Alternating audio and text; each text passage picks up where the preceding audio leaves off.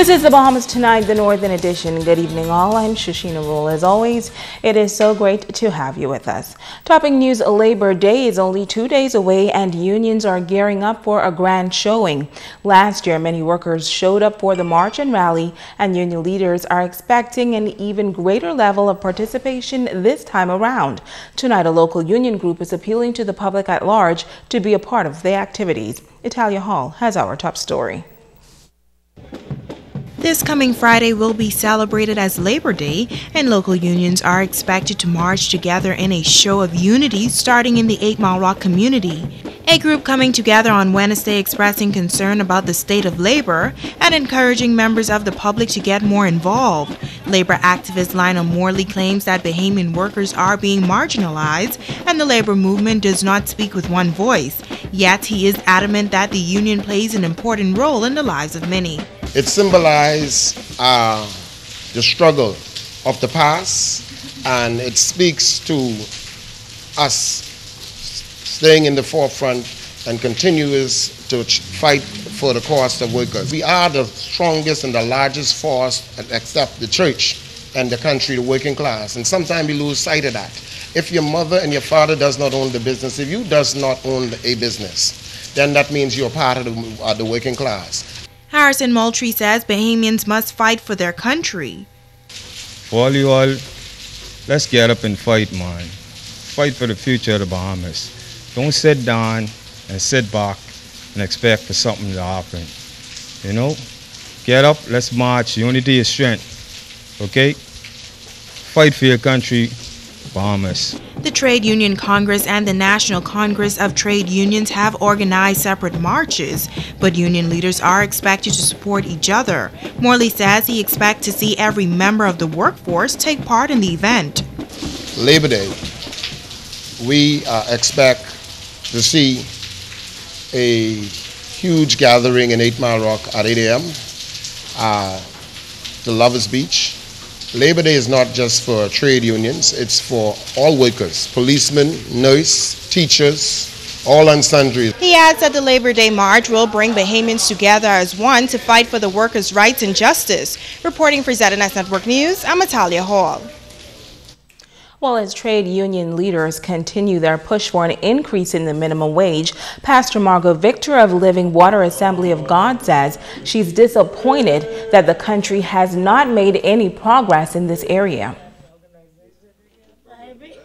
In 1982, working for Princess Vacations, I made $250 a week. That's over 30 years ago. How can we still be at $150? It is definitely a case of organizations being allowed to come into this country and not value people and not be interested in building up community. If we're not valuing people, then we cannot build this community. Well, the national minimum wage in the country stands at $150 a week. The Bahamas government minimum wage for public officers is $225 a week. Pastor Victor believes this issue must be addressed soon because it could negatively impact the growth and development of this country. In 1973, we were very hopeful. We had vision. We expected Bahamians to excel and to be a lot further today. But when organizations devalue the workforce, you are literally breaking down the country. You are creating poverty. And there's no room for growth for young people. That's why young people get trained and they leave this country, because organizations or companies are not appreciating their skills.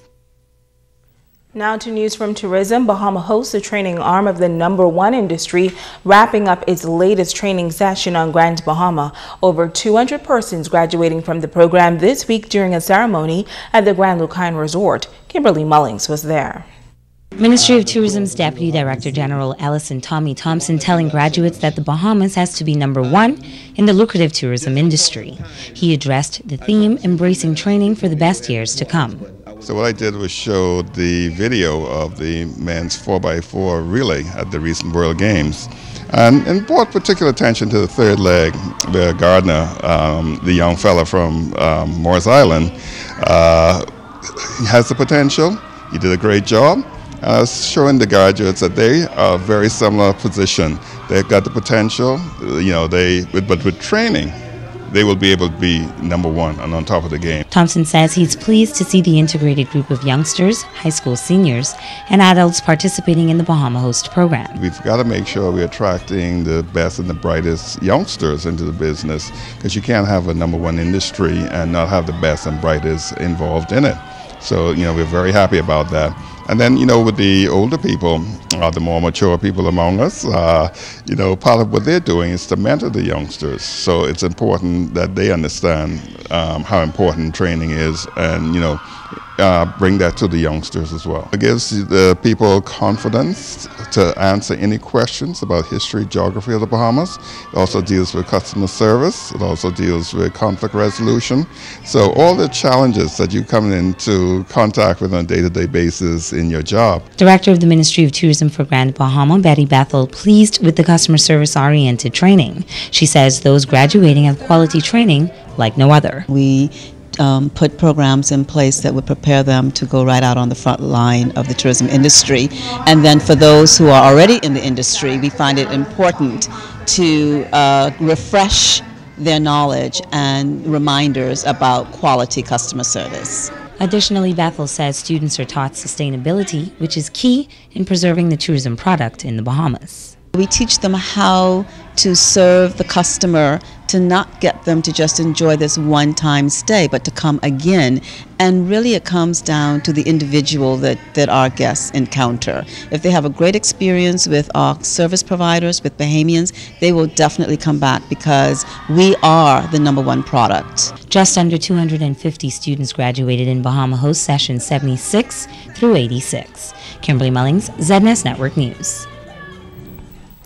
A 54-year-old woman is in the fight of her life tonight. The woman was found at the rear of a school off Settlers Way near around Torcross Road this morning with serious injuries. Police tell us that the woman had bruises and wounds about the body and was taken to hospital where she is listed in serious condition. It was reported that the woman was involved in an altercation with a male known to her. Police now say a 40-year-old man is currently assisting with their investigations into this matter. Switching gears now, a local church with a global reach is preparing to enlarge in its territory here on Grand Bahama, as plans are in the making for the construction of a new edifice. Joan Davis-Roll has this story.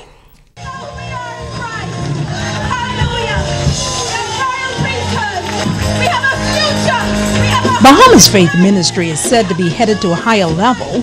The tragic death of leaders of BFM appears to be giving life to a brand new vision, the birth of a new season of growth and development for that ministry. A ministry which, through its founder, the late Dr. Miles Monroe, took the gospel of Jesus Christ global with a purpose-driven message of hope, is preparing to expand in the Bahamas, more specifically, Grand Bahama. This announcement coming from the newly appointed pastor of Bahama's Faith Ministry here in Freeport, Pastor Patrick Roll. Well, one of the things that we are negotiating now is some property, because I believe what we need is a community center, not just a church where people come and pray, but how do we interact with the community?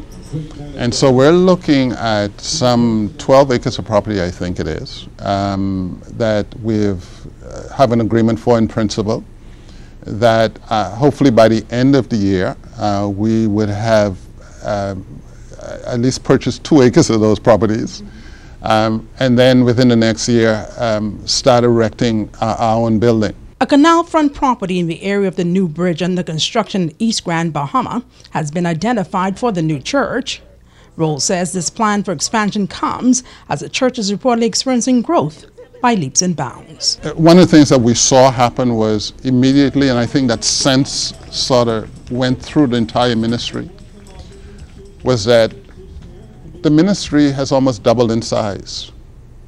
And I think individuals have now looked back and say, I am responsible to God for who I am. While the church's impact internationally has been well documented, Pastor Roll says BFM is leading a mission to impact every community here on Grand Bahama. We need to find out where Freeport is from East End to West End.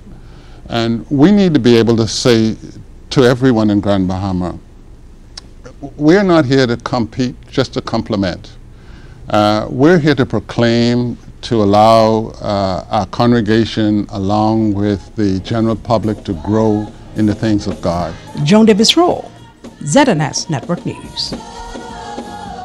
Tonight, the late Bishop Cornell Moss is being remembered as an outstanding educator. A former district superintendent is reflecting on Moss's contributions to education and the many lives he touched along the way. He says he first met the late bishop when he was a young priest many years ago in Nassau, and their first meeting would spark a lifetime of friendship. Former district superintendent of education and principal Hezekiah Dean says when Bishop Moss moved to Grand Bahama, he was pleased to welcome him at Hawksbill High School. His work in the classroom was, superb. He was the individual who was so reliable. You don't have to worry about whether Father Moss isn't there. He is there. He's in his classroom before the kids get there. Dean was the longest-serving principal that Bishop Moss worked with during his stint in education. While Moss left a mark in the profession, Dean says he touched his life in a special way, and that is why he joined the Church of the Ascension, where the late bishop was the pastor. And I remember he was so happy to have me. He walked up to me after the service one morning, and he brought me 4 of the prayer books, and he said, "These are for you." And I looked at them quizzically as though, how much am I going to pay for these? And he must have read it in my eyes, and he said, "Don't cost you anything. These are for you and your family." And that was how he was. And according to Dean, he and Bishop Moss had a serious conversation regarding education as he was running for bishop. If I don't get the position of bishop, I am going to turn full time into education. Do you think you could help to organize that for me if I don't make the bishop? I said, "Father, you don't have anything to worry about. From my experience with you and from what you have rendered already, that would be no problem at all." 2 weeks later, he would get the call that he would serve as bishop in Guyana. Dean says it is important to highlight that the good bishop was a remarkable person to all he knew. But Father Moss, Bishop Moss, was a friend, counselor. He was somebody on whom you could rely. He was somebody who was dedicated to whatever he did, whatever task was at hand for him. As tears streamed down his face, Dean says he can never forget the call he received advising him of Bishop Moss' death. Got a call from my son in Nassau, and he said, "Daddy, I got some bad news." I said, "What is it?" "Father Moss, Bishop Moss," he calls him, "has passed." I couldn't believe it. And I called him back. I asked him, I said, "Are you serious?" And he said, "Yes." So, all in all, I've come to accept it. I don't think we can do a thing about it. And I remembered saying to myself, it's funny. Death comes to everyone, even the bishop. He says an educator, a mentor, a friend, and a counselor, Bishop Cornell Moss will never be forgotten. Shashina Roll, ZNS Network News. Stay with us, the Bahamas Tonight. The Northern Edition continues right after this. Bringing news that matters to you. You're watching the Bahamas Tonight Northern Edition. Welcome back. For the third consecutive year, weather forecasters are predicting a quiet hurricane season with fewer storms than normal. But despite that, in anticipation decrease in activity, residents are being advised to prepare for any eventuality. Sabrina Brown has a report.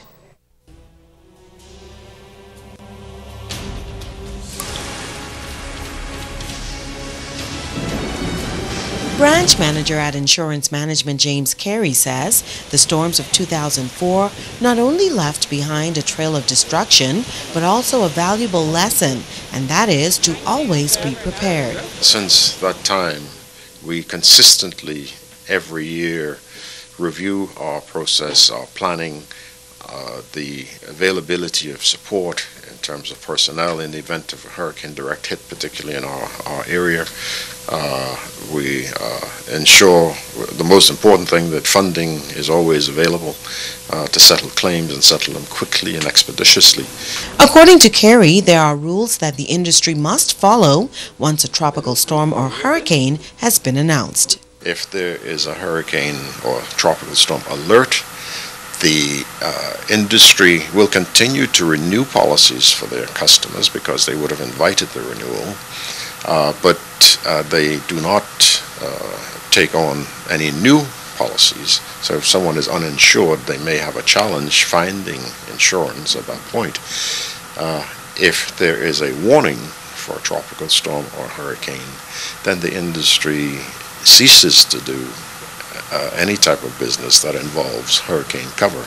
We're just days into the 2015 Atlantic hurricane season, and Assistant Branch Manager Harold Roll says the focus now should be on fine-tuning your preparedness plan.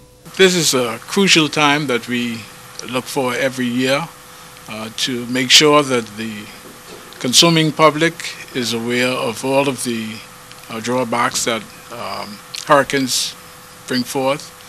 We like to make sure that you're in a position of readiness, to make sure that all of your policies are checked, to make sure that you have the cover that you wish to have, and to make sure that all of your surroundings have been taken good care of. Account Executive David Wallace is advising residents to ensure that their property is insured for the correct value. We could recall 2004 and 2005 when persons who no doubt would have learned a very valuable lesson in that when they came in for their insurance claim, they were finding the word of underinsured as a word that they were not too familiar with. And now that we've learned that lesson, we are saying to persons that they ought to make sure their house is insured for the replacement value and not for a fictitious number. Sabrina Brown, ZNS Network News.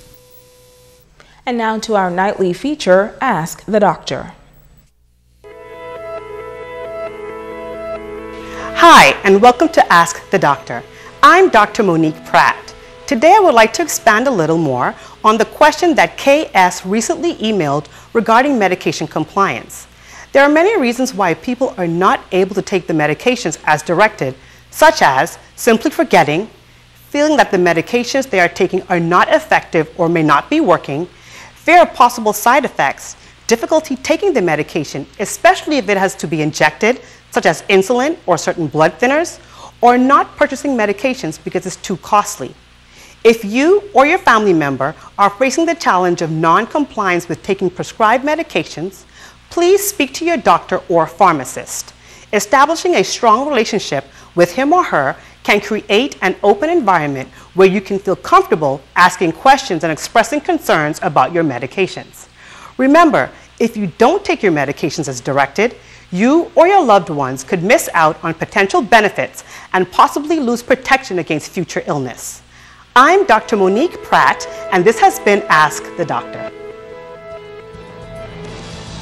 Stay with us. Sabrina Brown has a check on sports when we return.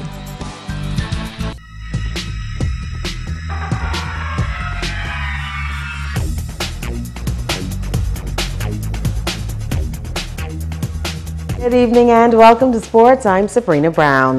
The 2015 Water Sports Convention into its second day here on Grand Bahama, and it's all happening at the Grand Lucayan Resort. Megan Shepard stopped by. Over 100 distributors, buyers, and even top water sporting athletes are here on Grand Bahama for a 3-day conference. Now, despite the rainy weather conditions on Wednesday morning, President of the Pride Group America says that the Bahamas is still the best location to host this conference that features these top-of-the-line water products. We started doing conferences in the Bahamas back around 2010 on Bimini. And we went over to Florida and in Islamorada a couple of times, but you know, I'm an offshore fisherman. I like spear and I like the wind and wave, the clear water of the Bahamas. So I brought everybody back here to Grand Bahama, down to Old Bahama Bay last year. Fantastic meeting, and we just thought that we'd change it up, bring it down to Grand Lucaya here, and make it easy for people to get down here, enjoy the water within about 10 minutes of a taxi ride. Manager of Sports Tourism says that having so many persons from around the world will be of major benefit to the island. They've come to the Bahamas, to Grand Bahama Island, and this means a lot to us. The water sports convention is a niche market within the niche market of sports tourism itself. So it just bodes well for Grand Bahama Island to continue to have these types of events taking place here to really put the island on display for people from around the world. Professional kite surfer Damian Leroy and professional windsurfer Tyson Poor both work with the Pride Group. They say the conferences are a great way to expose new technology to those interested in the water sporting industry.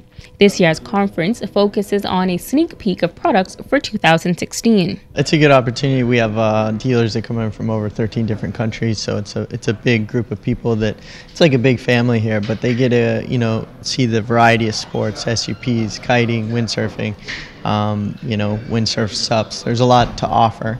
And it's a great time. Everybody comes down and they get to see all the new products and see how they work, and then take it to their markets worldwide and let people enjoy it. Every year try and get as many of the people here to keep doing the windsurfing.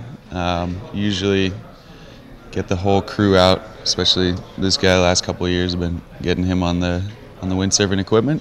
Professional windsurfer and head designer of Image Surf, Dave Kamala, says his years as a pro athlete has helped him to stay on the cutting edge of design. I have a lot of experience in the water and in riding waves, and I bring a lot of that knowledge and experience to the company.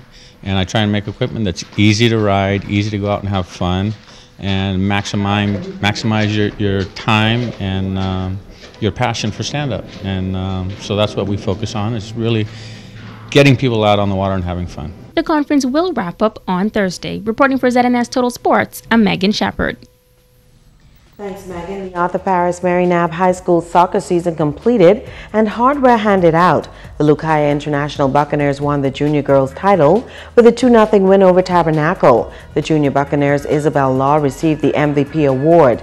The Sunland Baptist Academy Stingers won the senior girls title with a 2-1 win over the BMES Warriors. The Stingers' Megan Smith was named the girls' most valuable player. The Tabernacle Baptist Academy Falcons won the junior boys title, defeating the Panthers of Sister Mary Patricia Russell 4-2. The junior boys' most valuable player was Cameron Russell. The Lucaya International Buccaneers won the senior boys title with a 7-6 win over Bishop Michael Eldon. The MVP award presented to the Buccaneers Liam Brown, and thanks to GB Prime Sports and Buster Line for providing the pictures. And that's your check on sports.